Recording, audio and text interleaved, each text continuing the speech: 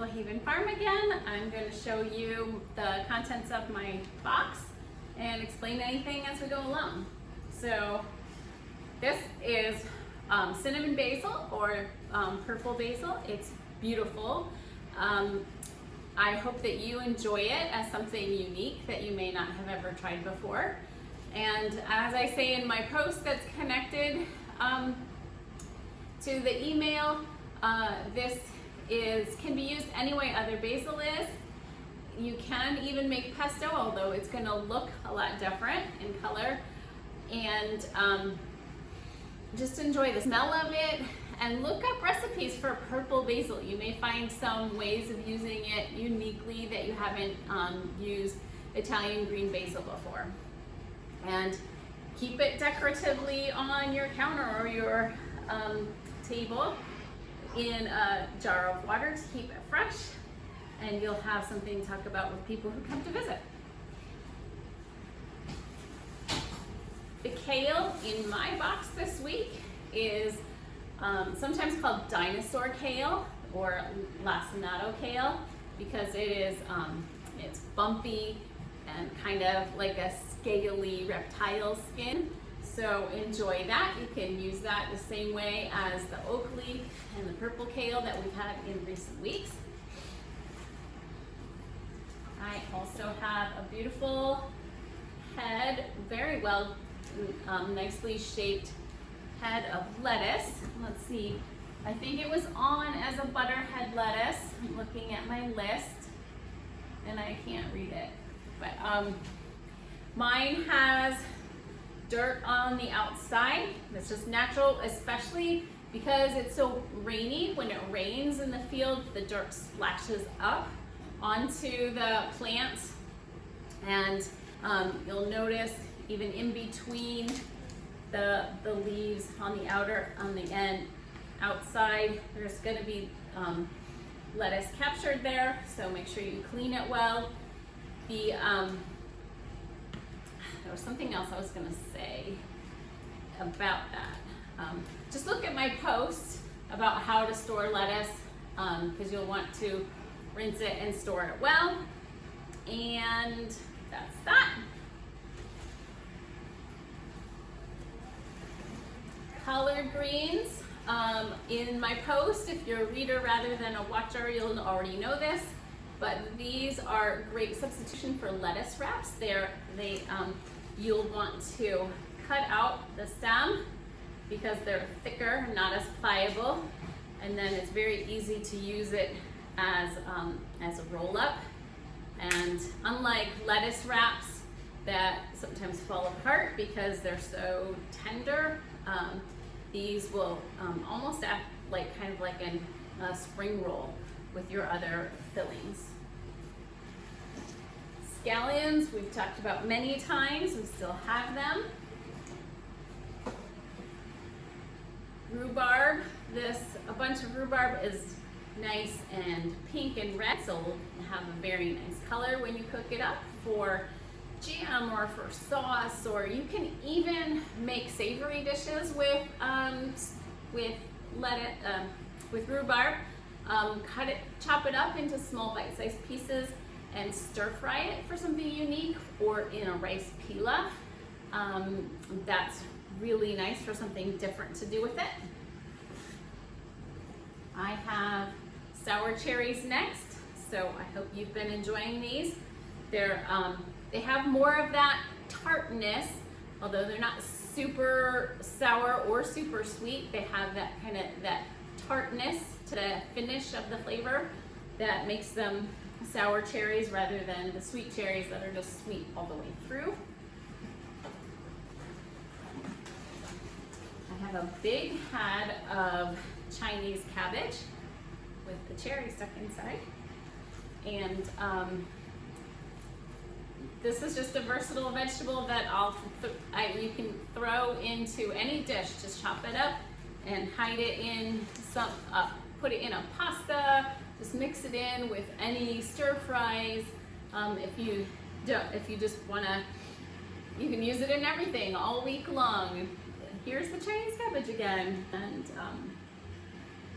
here we have, I don't know if this is the first, I think it's the first purple kohlrabi that I've gotten in my box. It's nice and big. What's the difference between purple and green kohlrabi? I did some research a couple years ago to figure that out, and also my own experience. Kohlrabi may lend itself, the purple kohlrabi may lend itself to cooked recipes more than raw recipes. It seems to be a heartier, thicker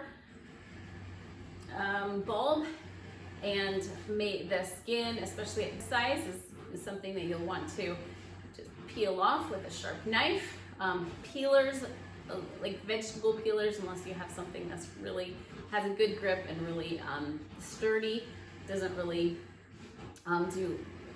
I don't think is the best tool for peeling kohlrabi, but a sharp knife that you can just slice around the sides is very good. With this size, you want a big, sharp chef knife anyway to get through it. So enjoy this. Try it stir-fried or in stews, and try and compare it to your experience with the green kohlrabi and see what you think about eating it raw compared to eating it cooked. So the zucchini is starting. We have this multicolored zucchini, yellow squash. You'll see, and I don't know what all the varieties are that went out in boxes this week, but this one is cute. It's kind of a stripe, variegated yellow and then green. We have all yellow summer squash. We have all green, their typical zucchini. The first thing I like to do with zucchini is, and to let you know, is just don't overcook it. Keep it a little bit crisp, like you would with a stir fry. Saute it with garlic and oil. It's always a great choice for most vegetables. Or I have some curry recipes. I have some stir fry recipes that I'll share with you in future weeks. But enjoy this as a vegetable.